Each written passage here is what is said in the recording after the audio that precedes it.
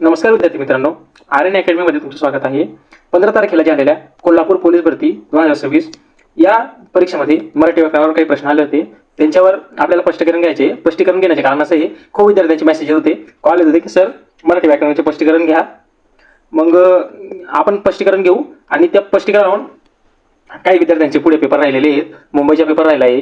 तर बघा, या वेळेमधून तुम्हाला काय शिकता येईल आणि पेपरची कठीण पातळी कशी आहे आणि आपण कशा प्रकारे अभ्यास केला पाहिजे हे लक्षात ठेवून तुम्ही हा व्हिडिओ बघा. आणि आता जेवढे राहिलेले दिवस आहे परीक्षेसाठी, त्यासाठी कसा अभ्यास करायला पाहिजे हे समजून घ्या. ठीक आहे, आपण जास्त वेळ न घेता आपण सुरुवात करू. आता बघा, कोल्हापूरसाठी पहिला प्रश्न काय आला होता. पहिली गोष्ट लक्षात ठेवा, कधी पण आहे ना प्रश्न व्यवस्थित वाचायचा, घाबरायचं नाही. जास्त सोपा प्रश्न आला तर जास्त खुश पण नाही व्हायचे.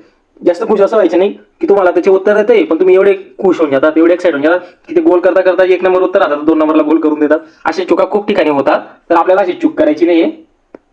आपल्याला रिलॅक्स राहून पेपर लिहायचे. तुम्ही जर रिलॅक्स राहिले तर आपोआप पेपर चांगल्या पद्धतीने जातो. तर ठीक आहे, आपण बघू आता पहिला प्रश्न. आता पहिला प्रश्न बघा, खालीलपैकी कोणती जोडी चुकीची आहे. आता इथे यांनी काय विचारलंय, कोणती जोडी चुकीची आहे. पहिले आपण पेनची साईज थोडी कमी करून घेऊ. ठीक आहे, आता इकडे लक्ष द्या. आता बघा, झूम करतो थोडंसं. ग्रेस माणिक सीताराम गोड घाटे, हे बरोबर आहे. बी नारायण मुरलीधर गुप्ते, हे पण बरोबर आहे. अनंत फांदी म्हणजे अनंत भवानी बाबा गोलप, हे पण बरोबर आहे. पठ्ठे बापूराव नारायण केशव बेहरे, हे चुकीचे आहे. तर बघा, हे 3 ऑप्शन बरोबर आहेत, हे चुकीचे आहे. तर आपलं उत्तर हे सी येणार आहे. ठीक आहे, आपलं उत्तर ते येणार आहे. आता बघा पुढचा प्रश्न बघू. हा प्रश्न झाला. आता 2 नंबरचा प्रश्न बघा. इथे काय दिलंय, कोणत्या शब्दाचे रूप बरोबर लिहिलेले नाही. आता प्रश्न एकदम सोपा आहे, पण यांनी जसा प्रश्न विचारलेला आहे ना, अशा प्रश्नामध्ये मुलं ना कन्फ्युजन घेतात. कारण की जाऊन ठेवून देऊन घेऊन याच्याने काय समजणार आहे असं. पण ज्याने खरा अभ्यास केला जातो ना, त्याला कळतं की याचे उत्तर बरोबर उत्तर काय आहे. आता बघा इथे काय आहे. पहिला ऑप्शन बघा, जा. इथे काय दिलंय, इथे लिहितो मी जा. हा एक धातू आहे जा, याला आपण जाने किंवा काही करू शकतो, बरोबर. आता बघा, आता हा याचे उत्तर तर 2 आहे, मला समजून गेलंय. पण बघा, आता देऊन तर याचे दे करू शकतो आपण ते. आता हा पहिला याचे जर गेलं, याचे जा करू शकतो. ठीक आहे, ही क्रियापद दाखवत आहे. घेऊन घे, हे जरी केलं तरी समजते आपल्याला. घे, जा, दे, घे. पण बघा, ठे याचे जरी केलं, फक्त हा ठे घेतला येणार नाही. आता हे ठेवून आहे ना, ठेवून याचे जर खरं बघायला गेलं ना, तर ते असं लिहायला पाहिजे होतं. त्यांनी चुकीचं लिहिलेलं आहे आणि ते उत्तर आहे आपल्याला. हे उत्तर आहे. बाकीचे त्यांनी काय प्रश्न विचारला, कोणत्या शब्दाचे रूप बरोबर लिहिले नाही. तर हे बरोबर लिहिलंय, देऊन बरोबर लिहिलंय, घेऊन बरोबर लिहिलंय, जाऊन बरोबर लिहिलंय. फक्त हे ठेवून चुकीचे आहे. तर याचे उत्तर बी राहील. आता बघा, आता आपण हे आधी पुसून टाकू सगळं. आता बघा, आता इकडे लक्ष द्या. याचे उत्तर काय आहे, याचे उत्तर बी आहे. ठीक आहे, आता 3 नंबरचा प्रश्न बघू आपण. 3 नंबरचा प्रश्न काय आहे, ज्याला कोणतीही उपमा देता येत नाही या शब्दसमाबद्दल एक शब्द सांगा. आता त्यांनी काय विचारलंय, ज्याला कोणतीही उपमा देता येत नाही. आता याचे उत्तर काय आहे, याचे उत्तर अनुपम आहे. अनुपमचा अर्थ काय आहे, अनुपमचा अर्थ असा होतो की ज्याला कोणतीही उपमा देता येत नाही, बरोबर. ज्याला कोणासारखी उपमा देता येत नाही म्हणून त्याला अनुपम असं म्हणतात. ठीक आहे, आता बघा नंतर उपमेय. हा बघा, उपमेय. आता उपमेयचा काय अर्थ होतो माहिती का, ज्याचे वर्णन करायचे आहे, ज्याचे वर्णन करायचे आहे त्याला उपमेय असे म्हणतात. आणि ज्याची उपमा करता येत नाही त्याला अनुपम असे म्हणतात. हे लक्षात ठेवा. ठीक आहे, आता तुम्हाला पुढच्या परीक्षेला एखादी जिल्ह्याच्या परीक्षेला असा प्रश्न पण येऊ शकतो की उपमेयचा अर्थ सांगा. तर तुम्हाला सांगता यायला पाहिजे उपमेय म्हणजे काय. उपमेय म्हणजे ज्याचे वर्णन करायचे आहे तो. ठीक आहे, आता बघा पुढचा प्रश्न बघा, याचे अनुपम उत्तर होतं. आता हा बघा 4 नंबरचा प्रश्न. 4 नंबरचा प्रश्न काय आहे, अलम दुनियेत फिरणे या वाक्प्रचाराचा अर्थ काय. आता काय प्रश्न आहे, अलम दुनियेत फिरणे. आता 4 ऑप्शन वाचायचे. पहिला ऑप्शन काय आहे, सारे जग फिरणे. न फिरता जग फिरण्याच्या आव्हानाने कोणतेही कष्ट करण्याची तयारी नसणे आणि स्वप्न पाहणे. ठीक आहे, आता हे बी डी आणि हा बी हे काही यांचे काही तालमेल बसत नाहीये. पण बघा, अलम दुनियेत फिरणे याचा खरा अर्थ काय होईल माहिती का. अलम दुनियेत फिरणे म्हणजे सारे जग फिरणे असा होतो. म्हणून ऑप्शन क्रमांक ए बरोबर आहे. आता बघा ऑप्शन क्रमांक 5 बघा, आपला ऑप्शन नाही सॉरी प्रश्न क्रमांक 5 बघा. आता याच्यामध्ये काय दिलंय, चुली पुढे शिपाई आणि घराबाहेर टिंब असं प्रश्न दिलेला आहे. आता हा एवढा सोपा प्रश्न आहे आणि खूप वेळा रिपीट झालेला आहे, म्हणजे रिपीट प्रश्न आहे हा. आता बघा हे समजून सांगतो मी तुम्हाला. चुली पुढे शिपाई हे असं समजा की एक टोमणं मारलेलं आहे.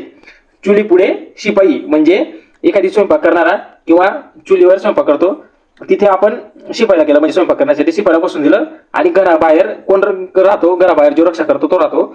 आता मग यांनी कसं म्हटलंय की चुली पुढे शिपाई आणि घराबाहेर कोण राहील, मग घराबाहेर शिकारी नाही, कसाई नाही, गवई नाही, तर याचे उत्तर येणार आहे भागूबाई. म्हणजे चुली पुढे भागूबाईला राहायला पाहिजे होतं, शिपाईला घराबाहेर राहायला पाहिजे होतं. पण हे एक टोमण्यासारखी म्हण आहे, म्हणून तिथे काय आहे, चाली पुढे शिपाई आणि घराबाहेर भानुबाई, तर याचे उत्तर भानुबाई येणार आहे. ठीक आहे. आता पुढचा प्रश्न बघा, 6 नंबरचा प्रश्न बघू आपण. 6 नंबरचा प्रश्न काय आहे, स्वयंभू या शब्दाच्या विरुद्धार्थी शब्द ओळखा. आता विरुद्धार्थी शब्द ओळखायचे आपल्याला, पण विरुद्धार्थी शब्द ओळखायच्या आधी जर आपल्याला स्वयंभूचा अर्थ समजून गेला ना, तर पूर्ण उत्तर तिथे सॉल्व्ह होऊन जातं. आता कसं करायचं माहितीये का, कशा प्रश्न स्वयंभूचा अर्थ काय होतं माहितीये का, स्वयंभू म्हणजे स्वतः तयार झालेला, स्वतः तयार झालेला हा याचा अर्थ आहे. तयार झालेला कशाच्या, स्वयंभूच्या. स्वयंभू म्हणजे स्वतः तयार झालेला. आता याच्या विरुद्धार्थी शब्द ओळखायचे आपल्याला. मग आता बघा ऑप्शन मध्ये काय काय दिलंय. ऑप्शन ए दिला आहे पराधीन, ऑप्शन 2 पारतंत्र, ऑप्शन 3 परावलंबी, ऑप्शन 4 प्रतिष्ठापित. आता आपल्याला सापडलेलं आहे काय, ऑप्शन क्रमांक डी. का, आता मी तुम्हाला सांगतो प्रतिष्ठापित याचा अर्थ काय होतं माहिती का. प्रतिष्ठापित याचा अर्थ असं होतं की प्रतिष्ठित म्हणजे स्थापित केलेला. काय, स्थापित केलेला म्हणजे प्रतिष्ठापित. आता बघा तुम्हाला एक उदाहरण देतो याच्यावर, तुम्हाला एकदम क्लिअर समजेल, सोप्या भाषेमध्ये समजावून सांगतो तुम्हाला. आता इकडे लक्ष द्या. आता बघा, आता ही जमीन आहे, ही जमिनीवर एखादी असं रोप आहे, त्याचे उगलं ते झाड, आणि ते झाड हळूहळू मोठं झालं. आता ते स्वयंभू आहे, म्हणजे त्याचे निर्माण झालेलं आहे, ते स्वतः तयार झालं, याला कोणी तयार केलं नाही. ठीक आहे, असं समजा. आता ठीक आहे, हे काय झालं, काय झालं, स्वयंभू झालं. आता बघा, आता आपल्याला काय बघायचे, प्रतिष्ठापित. आता बघा एक व्यक्ती आहे, हा व्यक्ती काय करतोय, हा व्यक्ती माती घेतोय आणि मातीचे गणपती बनवतोय, असा गणपती बनवला. आता हे या व्यक्तीने काय केलं, ही मूर्ती प्रतिष्ठापित केली, म्हणजे या व्यक्तीने ही मूर्ती तयार केली. तसंच हे कसं आहे, स्वयंभू म्हणजे स्वतः तयार झालेला आणि प्रतिष्ठापित म्हणजे कोणीतरी तयार केला, म्हणजे हे दोघी विरुद्धार्थी आहेत. म्हणजे याचे उत्तर काय येईल, याचे उत्तर डी येईल. ठीक आहे, समजलं. आता बघा प्रश्नपत्रिका खरं बघायला गेलं ते एवढी अवघड नव्हती, सोपी होती, पण त्यांनी जास्त म्हणजे असं पुस्तकाच्या बाहेरचे प्रश्न जास्त टाकलेले आहेत. म्हणजे ते प्रश्न कुठून शोधले त्यांनाही माहिती. आता मला वाटतं गुगलवरून शोधून टाकलेले आहेत. आता बघा हा वांगीचे समानार्थी शब्द. मुलं सगळे पुस्तक पाठ करून जातात, पण पुस्तकातले प्रश्न दिसत नाही आणि त्याच्यामुळे मुलांना कठीण पेपर जातो. म्हणून थोडा पुस्तकाच्या पलीकडे पण अभ्यास करा, थोडा अलीकडे पण अभ्यास करा. ठीक आहे. आता हा बघा, हा प्रश्न काय आहे, वांगीचे समानार्थी. आता बघा वांगीचे समानार्थी काय काय होतं मी तुम्हाला सांगतो. वांगी याचे समानार्थी शब्द कोणता आहे, नमुना हा वांगीचे समानार्थी शब्द आहे. ठीक आहे, हा एक झाला. आता पुढचा शब्द आहे दाखला. वांगीला दाखला सुद्धा म्हणतात. आणि अजून एक समानार्थी शब्द आहे उदाहरण. मग आता यांनी इथे काय दिलंय, उदाहरण हे ऑप्शन दिलेलं आहे, म्हणजे वांगीच्या समानार्थी शब्द काय होईल, उदाहरण असं होईल. म्हणजे हा ठीक आहे. आता बघा पुढचा प्रश्न बघा, पुढचा कोणता 8 नंबरचा प्रश्न बघू आपण. आता 8 नंबरचा प्रश्न बघा, एखाद्या शब्दासाठी असलेला पर्याय दाखवण्यासाठी दोघांच्या मध्ये वापरला जाणाऱ्या चिन्हास काय म्हणतात. आता हा एवढा सोपा प्रश्न आहे ना, तर मी तर म्हणतो काय, जो व्यक्ती पोलीस भरतीचा अभ्यास करतो ना त्याने ते हात चुकवायला नको. कारण की बघा तुम्ही किती अभ्यास करा, पण जर तुम्ही असे सोपे प्रश्न जर चुकून येत असेल तर काही अर्थ नाहीये. आता बघा पर्याय दाखवायचे आहे, म्हणजे पर्याय म्हणजे होय किंवा नाही. मग आपण काय करतो, हे चिन्ह वापरतो. म्हणजे हे काय आहे, हे विकल्प चिन्ह आहे, याचे उत्तर हे. आता सहयोग चिन्ह म्हणजे काय आहे, सहयोग चिन्ह म्हणजे 2 शब्द किंवा अक्षरे जोडतो. 2 शब्द किंवा अक्षरे जोडतो. बरोबर. पण इथे आपल्याला दोन शब्द अक्षरे जोडायचे नाहीत, इथे काय आहे पर्याय दाखवायचे आहे, म्हणजे विकल्प चिन्ह हे बरोबर उत्तर येईल. ठीक आहे, आपण हे डिलीट करून टाकू, पण डिलीट नाही झालं, परत करू. ठीक आहे, आता पुढचा प्रश्न बघा. पुढचा प्रश्न बघा 9 नंबरच्या. पेशवा हा शब्द कोणत्या परकीय भाषेतून मराठीमध्ये प्रचलित झालेला आहे? आता बघा, आता आम्ही आमच्या अकॅडमीकडनं शनिवारी आणि रविवारी ना एक डेमो टेस्ट ठेवतो. त्या डेमोमध्ये असे खूप प्रश्न टाकलेत मी, आणि ना सगळ्यात जास्त जे प्रश्न कोणते टाकले असतील ना, तर पारशी भाषेवर टाकले असतील. आणि आता इथे कोल्हापूरला सुद्धा पारशी उत्तर आलंय. पेशवा हा शब्द कोणत्या परकीय भाषेतून मराठीमध्ये प्रचलित झालेला आहे? बघा परत वाचा. पेशवा शब्द हा कोणत्या परकीय भाषेतून मराठीत प्रचलित झालेला आहे? तर हा पेशवा जो शब्द आहे ना, पेशवा हा शब्द आहे ना, हा फारसी भाषेतून आलेला आहे. फारसी भाषेत आलेला आहे. आता तुम्हाला माहिती पाहिजे पेशवाचा अर्थ काय आहे. पेशवा म्हणजे, पेशवाचा अर्थ काय होतो? पेशवा म्हणजे पुढे राहणारा, पुढे राहणारा किंवा पुढारी, पुढारी किंवा आताच्या भाषेमध्ये नेता. आणि मराठा साम्राज्यामध्ये, मराठा साम्राज्यामध्ये जो व्यक्ती नेतृत्व करायचा म्हणजे पंतप्रधान म्हणता येईल त्याला, पंतप्रधान, तो व्यक्तीला पेशवा असे म्हणायचे. आणि लक्षात ठेवा, पेशवा हा फारसी भाषेतून आलेला शब्द आहे. ठीक आहे, आता आपण पुढचा प्रश्न बघू आपण. आता हे पुसून टाकतो मी तोपर्यंत. आता पुढचा प्रश्न बघा 10 क्रमांकाच्या. आता हा थोडा अवघड प्रश्न आहे. आता प्रश्न काय आहे? घटोत्कच या अलंकारिक शब्दाच्या अर्थाचा योग्य पर्याय निवडा. आता घटोत्कच याच्या बघा पुस्तकामध्ये ना, पुस्तकामध्ये तुम्हाला आहे ना हे शब्द काही असे येते की पुस्तकामध्ये बघायला भेटत नाही. पण थोडंसं लॉजिक जर लावलं ना, म्हणजे थोडा जर अभ्यास राहिला चांगला, तर उत्तर काढता येतं. उत्तर कसं काढता येतं बघा. घटोत्कच म्हणजे काय होतं? घटोत्कचचा खरा अर्थ सांगतो तुम्हाला. घटोत्कचचा अर्थ काय माहिती का? घटोत्कच कोणाला म्हणायचे?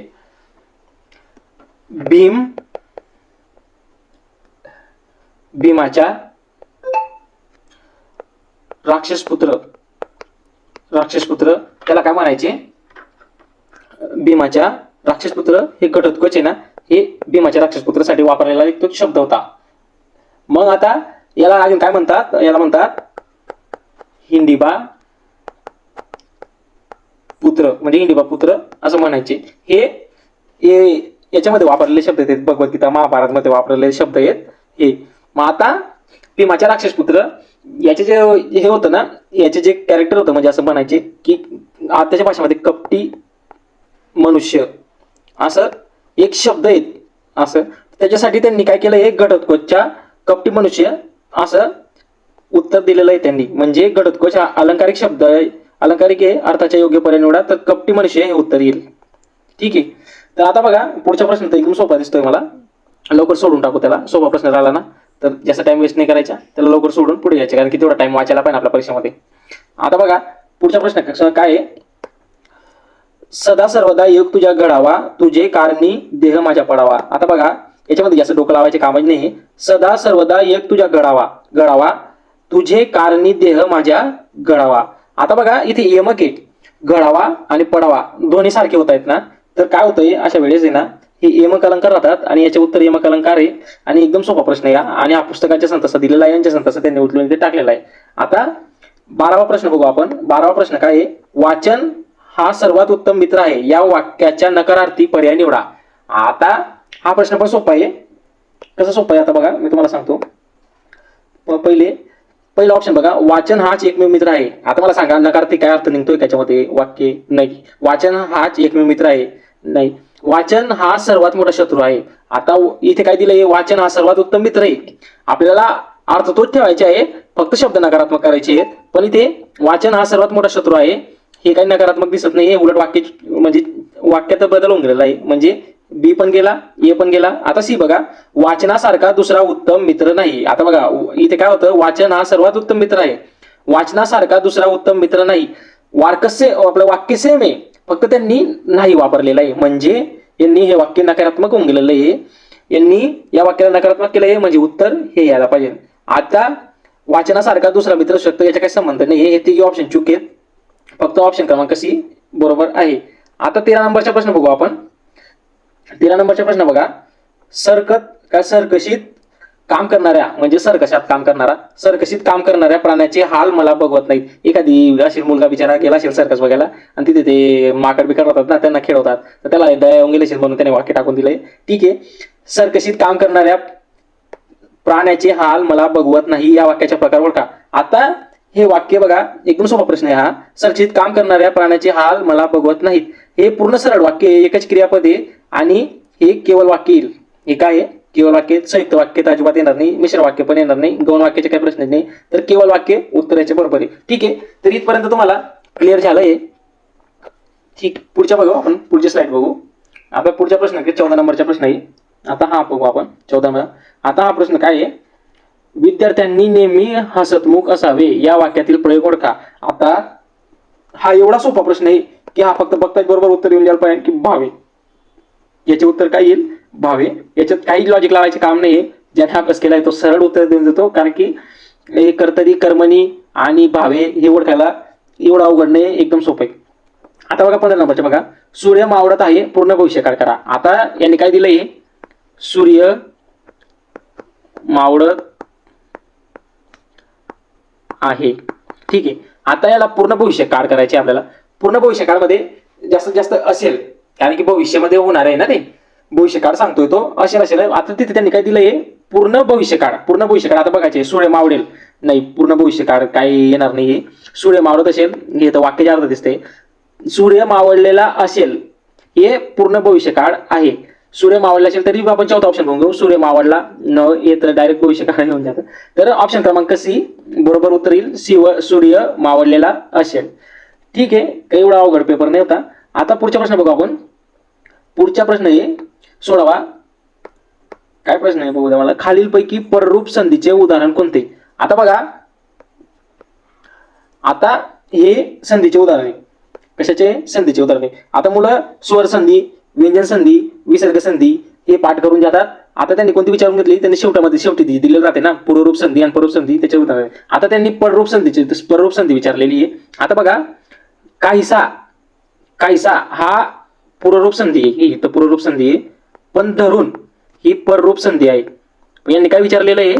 सदैव यांना तर जाऊ द्या, पण हे दोन होते कन्फ्युज करणारे. आता बघा, त्यांनी पररूप संधी विचारली, पररूप संधी धरून. आता कसं त्याचं स्पष्टीकरण तुम्हाला देतो मी. कसं आहे बघा, आता बघा, आता धरून आहे ना, तर धर अधिक ऊन अशी याची फोड होईल. आता बघा, रच्या शेवटी कोणता स्वर आलाय? र अधिक अ. ठीक आहे, आता इथे परत अधिक हा ऊ स्वर आहे अजसंत सराव त्याच्या, आणि मध्ये काय बदल करायचे नाही आपल्याला, याच्यामध्ये बदल करायचे. आता आपला पररूप संधीचा नियम काय म्हणतो माहिती का? पररूप संधीचा नियम असा म्हणतो की जो पहिल्या शब्दाच्या शेवटच्या वर्ण आहे ना, त्याच्या लोप होत असेल म्हणजे हे बघा, दर. आता हा अर्ध होऊन गेला र. आता बघा, हा अ लोप होऊन गेला म्हणून अर्ध होऊन गेला. आता हा प्लस ऊ आहे ना, तर हा याच्यामध्ये मिसळून जाईल म्हणजे धरून. काय झालं? धरून. म्हणजे याचा अर्थ या पररूप संधीमध्ये जो पहिल्या शब्दातील जो शेवटच्या जो स्वर राहतो त्याच्या लोप होतो, म्हणून त्याला पररूप संधी असे म्हणतात. तर एवढा अवघड काय होतं नाही हा, फक्त ते एवढे जे दोन नियम पाठ राहिले असते तरी उत्तर आरामशीर सॉल्व्ह होत होतं. आणि हे प्रकरण मी क्लासमध्ये शिकवलंय, तर माझ्या बरेच विद्यार्थ्यांनी हे पूर्ण बरोबर करून आलेले. आता ठीक आहे, हे काही एवढं अवघड नव्हतं. आपण हे सगळं पुसून टाकू. आता डिलीट करून टाकू. आता इकडे लक्ष द्या. आता 17 नंबरचा प्रश्न बघा. 17 नंबरचा प्रश्न काय आहे? हा थोडा कन्फ्युज करणारा प्रश्न हा आहे, कोणी पण कन्फ्युज होऊन जाईल. पण ज्याने हे वाचलेलं आहे किंवा अभ्यास केलेला आहे ना, तो कधी चुकणार नाही, कारण की ना एकदम सिंपल लॉजिक. कधी ज्याने ना तुम्ही अभ्यास जरी एवढा केला किंवा तुम्हाला पंचक्रोशी शब्द जरी माहित नसेल ना, तर काय करायचं माहिती का? जो शब्द आहे ना तो लिहून टाकायचा, पंचक्रोशी. ठीक आहे, हा शब्द लिहिला. आता पंचचा अर्थ काय होतो माहिती का? पंचाचा अर्थ होतो 5. एवढं भेटलंय. आता मला बघा, इथे 5 कुठे दिसतोय? इथे दिसतोय. ठीक आहे, पंचांचा आक्रोश इथे दिसतोय आणि इथे दिसतोय. आता आपल्याला क्रोशचा अर्थ शोधायचा आहे. क्रोशचा अर्थ काय होतो? क्रोशचा अर्थ असं होतं, 2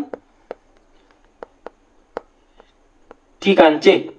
2 मिनिटं थांबा, व्यवस्थित लिहितो. दोन्ही ठिकाणचे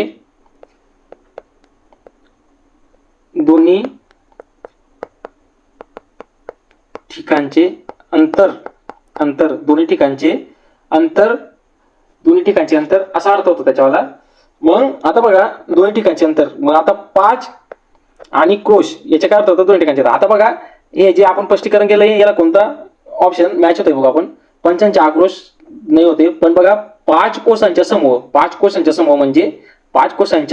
म्हणजे 2 ठिकाणाचे अंतर दिलंय ना, म्हणजे त्यांनी हे दाखवलेलं आहे, काय म्हणतात त्याला, डिस्टन्स दाखवलेलं आहे. म्हणून 5 कोसांच्या समूह हे उत्तर बरोबर येईल.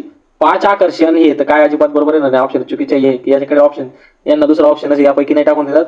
पंचांच्या आक्रोश याच्यामध्ये कन्फ्युजन होऊ शकतं, पण 5 कोसांच्या समूह हे उत्तर बरोबर आहे. आणि ज्याने अभ्यास केलाय त्याला तेवढं लॉजिक लावायची गरज नव्हती. ठीक आहे, त्याला आपोआप बरोबर होऊन जातं. खरं ज्याने अभ्यास केलेला राहतो ना तशा प्रश्नांमध्ये टाइम वेस्ट नाही करत. आता मराठी व्याकरणाला एवढं जास्त अभ्यास करायचा की एकदम स्पीडमध्ये सॉल्व्ह होईल, कारण की मॅथसाठी टाइम पुरायला पाहिजे, कारण की सगळ्यात जास्त टाइम मॅथमध्ये जातो, मॅथ आणि रिजनिंग मध्ये. ठीक आहे, आता पुढचा प्रश्न बघू आपण आता 18 क्रमांकाच्या. आणि या शब्दाची जात ओळखा. आणि या शब्द योगी अव्यय क्रियापद उभयन्वयी. सोपं आहे, उभयन्वयी आणि स्पष्टीकरण द्यायची सुद्धा गरज नाही. आता बघा, शरद जवळ माझी पुस्तके आहेत. काय 19 नंबरचे, शरद जवळ माझी पुस्तके आहेत या वाक्यातील शब्दयोगी अव्यय कोणते. आता शब्दयोगी अव्यय कोणते, शरद जवळ, हे बघा हा शरद जवळ. आता बघा शरदला जवळ हा शब्द जोडून आलेला आहे, म्हणजे शब्दयोगी अव्यय कधी पण आहे ना, नामाला चिपकून येतो त्याला शब्दयोगी अव्यय म्हणतात. आता आणि कसं आहे, आणि डायरेक्ट आला याला काय म्हणतात, उभयन्वयी म्हणतात. तर याचे उत्तर काय येणार आहे, याचे उत्तर येणार आहे, कुठे गेला, इकडे गेला. वाक्यातील शब्दयोगी अव्यय कोणते, शब्दयोगी अव्यय जवळ हे शब्दयोगी अव्यय आहे, म्हणजे ऑप्शन क्रमांक बी बरोबर आहे. आता 20 क्रमांकाचा प्रश्न बघू. 20 नंबरचा प्रश्न बघा, मराठी भाषेत एकूण किती व्यंजन आहेत. हा तर एकदम सोपा आहे, 34 व्यंजन आहेत. भाववाचक नाम ओळखा. आता मुलं अशा प्रश्नांमध्ये सुद्धा कन्फ्युज होऊन जातात. आता बघा, भाववाचकाचे प्रत्यय पाठ करून जातात, तर तो पणपणा, इथं गिरीवा, वि आई असे प्रत्यय पाठ करून जातात. पण आहे ना, परीक्षा काढणारा आहे ना विद्यार्थ्यांपेक्षा जास्त हुशार राहतो. आता ते काय करता माहिती, कसे शब्द टाकून देतात, मुलं कन्फ्युज होतील. आता मुलं कुठे कन्फ्युज होतील, झाडमध्ये तर अजिबात कन्फ्युज होणार नाही. ज्याने झाड गोल केलं असेल ना त्याने झाडावर जाऊन बसून घ्यायचे. आता बघा पुस्तक ते अजिबात येणार नाही, 2 ऑप्शन कट होऊन गेले, राहिले 2. कन्फ्युजन या दोघांमध्ये होतं मुलांना. आता बघा, शरद हा एक ऋतू पण आहे. हा काय आहे, एक ऋतू पण आहे, पण शरद एक नाव पण आहे, बरोबर. इथे ऋतूचा अर्थ आहे, इथे शरद दिलाय म्हणजे ते नावाची. आता इथे बघा, इथे उंची. आता मला सांगा, उंची दिसते का, नाही. तो एक काल्पनिक शब्द आहे, म्हणजे तो काय आहे, तो फक्त एक भाव दाखवतोय की वो इथून तर इथपर्यंत उंची राहील. हा काय आहे, हा भाव दाखवतोय, म्हणजे भावाच्या कोणतं येईल, उंची, हे उत्तर बरोबर येईल. ठीक आहे, पुढचा प्रश्न बघू आपण. आता पुढचा प्रश्न कोणता आहे, मुलं, मी सांगतो, मुलं कुठे कुठे चुकले असतील, कदाचित इथे थोडेफार चुकले असतील, एवढा पण अवघड नव्हता, पण काही चुकून जातं आणि पेपराच्या ठिकाणी थोडं प्रेशर राहतं, तर साहजिक चुकून जातं. आता बघा, हा प्रश्न तर 100% चुकले असतील मुलं, कारण की हा फसवण्याचा ट्रॅप आहे. हा एक असे प्रश्न राहतात नाही ना, ट्रॅप म्हणतात, हे फसवण्यासाठी, मुलांचे टाइम वेस्ट करण्यासाठी टाकले राहतात. आता काटे या शब्दाचे लिंग कोणते. आता त्यांनी काय विचारलेलं आहे, लिंग विचारलेलं आहे. आता लिंग काय येतं, एक तर पुल्लिंगी राहतं, एक तर स्त्रीलिंगी राहतं, बरोबर. आता काटे हा शब्द आहे, तर मुलं काय करतात माहिती आहे का, काटे आहे ना, तर डायरेक्ट नपुंसकलिंगीला गोल करून देतात. मी सांगतो तुम्हाला, 80% मुलांनी की ना नपुंसकलिंगीला गोल केला असेल, पण ते चुकीचे आहे. कारण की बघा, या शब्दाचे लिंग ओळखायला लावलंय ना, तर काटे याचा मूळ शब्द काय आहे, मूळ शब्द आहे काटा, बरोबर आहे की नाही. मूळ शब्द काय, काटा, म्हणजे हा पुल्लिंगी शब्द आहे. आता काटे जे विचारलेलं आहे ना, हे काटे काय आहे, हे पुल्लिंगी अनेक वचन आहे. काय आहे, पुल्लिंगी अनेक वचन आहे. म्हणून याच्यामध्ये मुलं 100% कन्फ्युज झाले असतील, पण याचे उत्तर पुल्लिंगी. आता बघा, आता हा थोडा 23 नंबरचा प्रश्न कन्फ्युज करणार दिसतोय मला. बघू, मला पहिले वाचून घेऊ आपण, पहिले पुसून टाकू, कारण की आपल्याला लिहायला जागा पाहिजे. आता हे सगळं पुसून टाकू आपण, डिलीट केलं, क्लिअर झाला. ठीक आहे, आता इकडे लक्ष द्या, कोणता प्रश्न चालला होता आपला, 23. खालीलपैकी अनेक वचनी शब्द कोणता. आता आपल्याला अनेक वचनी शब्द ओळखायचे आहेत. आता बघा, हे मी क्लासमध्ये शिकवलेलं आहे आणि तोच प्रश्न येऊन गेलेला आहे. आता बघा, अनेक वचनी शब्द कोणता. विहीर अनेक वचने आहेत नाही, विहीर हा एकवचनी शब्द आहे. आता झाड हा पण एकवचन आहे, पण कन्फ्युजन कुठे आहे? कन्फ्युजन आहे या दोघांमध्ये. आता बघा, काही मुलांनी काय केलं असेल माहिती आहे का, काही मुलांनी ना रोपटेला बरोबर उत्तर करून दिलं असेल, पण ते चुकीचे उत्तर आहे. कारण की ना रोप हे एक वचन होतं. काय होतं? हे एक वचन होतं.